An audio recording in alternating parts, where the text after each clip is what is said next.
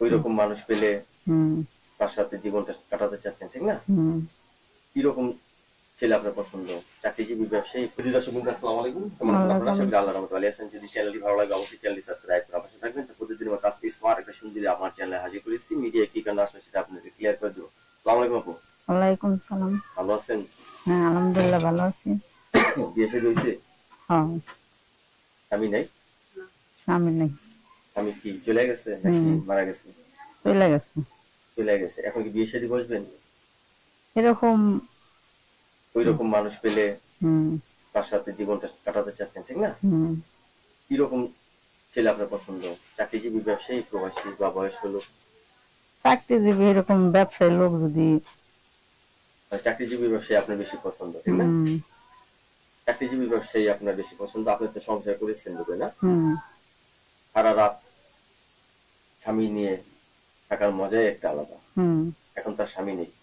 না, কোন সময়টা আপনার ভালো গেছে? স্বামী যখন ছিল তখন নাকি স্বামী ছাড়া? স্বামী যখন ছিল তখন।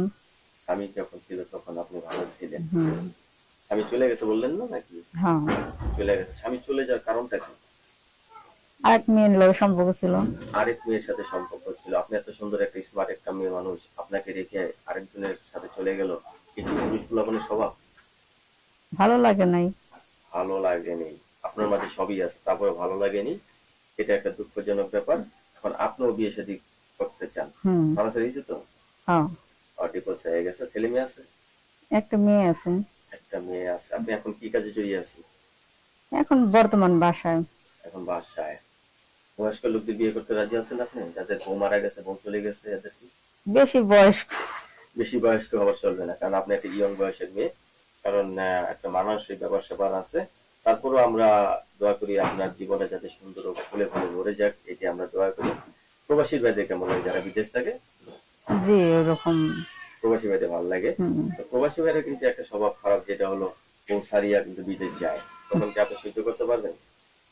এরকম বানাই নম। ওই রকম বানাই নিবেন নাকি হুম। নিজের তৈরি করে নেবেন জি। যে স্বামী যদি বিদেশ যায় তাহলে আমি থাকতে পারবো, জি। ঠিক না?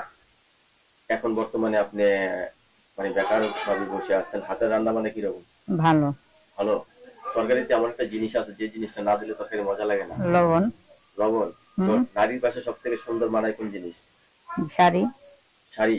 হুম। নারীর কাছে সব থেকে সুন্দর মানায় স্বামী।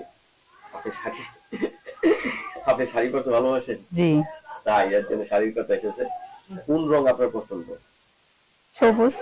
সবুজ রং। আপনি তো ফর্সা মেয়ে, সবুজ রং করতে তো আরো আপনাকে আগুনের মতো দেখা যাবে। হুম।